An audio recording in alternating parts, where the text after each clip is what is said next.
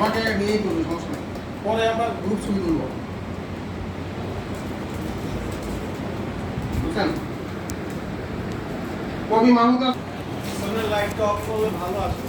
হ্যাঁ, লাইটটা বন্ধ করে দেন, সামনে লাইটটা অফ করে দেন। নাজির ভাইয়ের হেল্প করলে ভালো। এই রহমান জি ইবনে আব্দুর রহমান হেল্প করেন। পিছনের লাইট এই দুই লাইটটা অফ করে। লাইট অফ করছে। হ্যাঁ, এবার ঠিক আছে। এবার ঠিক আছে। নাও ঝাপসা আমারটা। হ্যাঁ, ওকে ওকে। এইটা ঠিক আছে।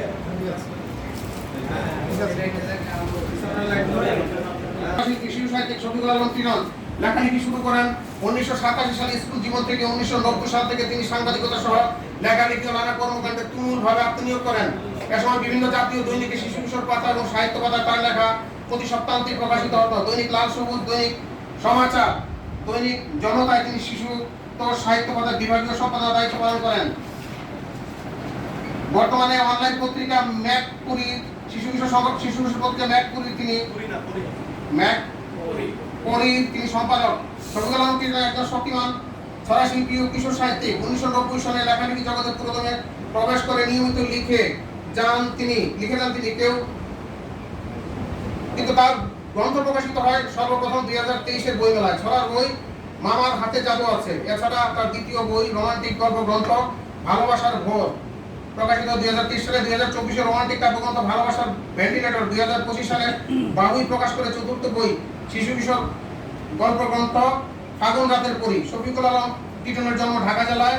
লেখালেখির জন্য প্রাপ্ত হন কবি গোবিন্দ একাডেমি সাহিত্য পুরস্কার, ভাস্কর নাট্যদল মিলেনিয়াম পুরস্কার, দেশ বাংলা বেস্টসেলার অ্যাওয়ার্ড, প্রিয় প্রকাশ সুকুমার রায় পুরস্কার সহ অগণিত সম্মাননা ও পদক। প্রতিভাবান শিশু সাহিত্যিক ও শক্তিমান ছড়া শিল্পী শফিকুল আলম তিনজনকে লালকুটি সাহিত্য পরিষদের পক্ষ থেকে মহান স্বাধীনতা দিবস এবং মাহেরমজান উপলক্ষে শাহ আব্দুল হালিম পদকে ভূষিত করা হলো। এখানে আমারটা ভালো আছে। বড়তালি না, হাততালি দিলে শব্দ হবে।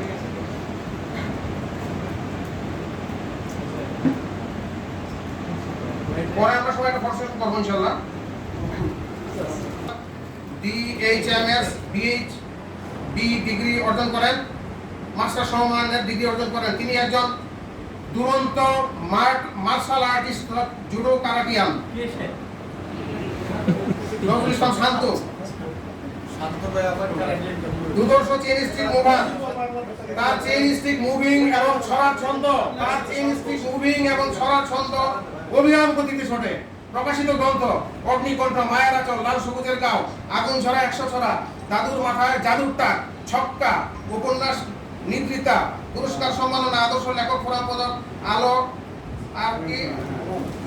আবার সাহিত্য সম্মাননা, ঐতিহ্য সাংস্কৃতিক সংসদ সম্মাননা, জীবনানন্দ স্মৃতি সম্মাননা, লন্ডন সাহিত্য একাডেমি পুরস্কার, কামাল শিশু সাহিত্য পুরস্কার, ইশাকা সাহিত্য পুরস্কার, সমাগত পুরস্কার, লেখক বিজয় সাহিত্য পুরস্কার। লালকুটি সাহিত্য পরিষদের পক্ষ থেকে মহান বিজয় দিবস মায়ের রমজান উপলক্ষে শাহ আব্দুল হালিম পদকে তাকে ভূষিত করা হলো। সবাই করতালি দিয়ে তাকে অভিনন্দন জানান।